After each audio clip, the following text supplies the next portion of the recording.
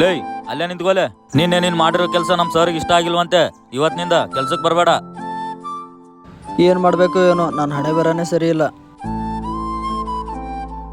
ಹಾಂ ಹೇಳಪ್ಪ.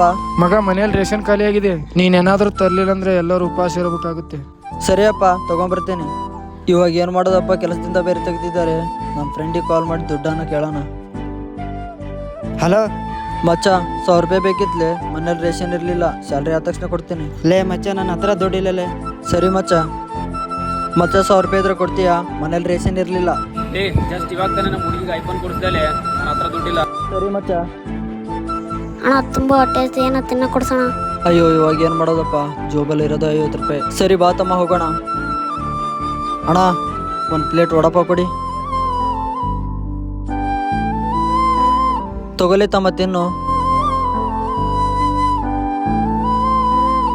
ನೀನು ತಿಂತಿರು ತಮ್ಮ, ನಾನೊಂದು 5 ನಿಮಿಷ ಬರ್ತೀನಿ. ಸರಿ ಅಣ್ಣ.